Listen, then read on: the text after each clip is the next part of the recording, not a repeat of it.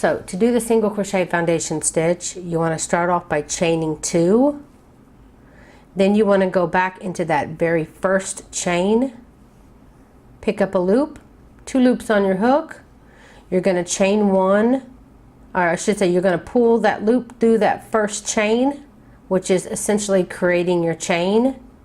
And then now you have the 2 loops you need for your single crochet. So then you just finish your single crochet.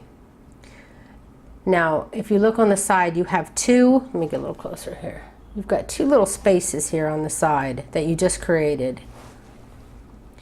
This first one here is kind of longer, that is your chain. And then you've got this little stitch here on the side. This is your single crochet. You always want to go into the chain, just like you would if you made a row of chains and then single crocheted, you're going to work into the chain. So you want to go ahead and insert your hook into that one and then pull up a loop, yarn over, only pull through 1 of those loops, leaving 2. See, you just created the chain again, and this is also the stitch we're going to go back into in a second. Then you yarn over and finish your single crochet. Then again you're going to go back into that chain stitch, pull through, only pull through 1, and then you'll finish your single crochet.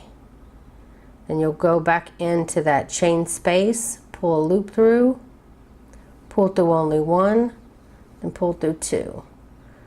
And as you can see, you're doing your chain and your single crochet at the same time. And that's how you do your single crochet foundation stitch. Only pull through 1, only pull through the chain, then you pull through 2. And if it helps, you can always, when you make your first chain, by doing that, you can even hold it with your finger if it helps.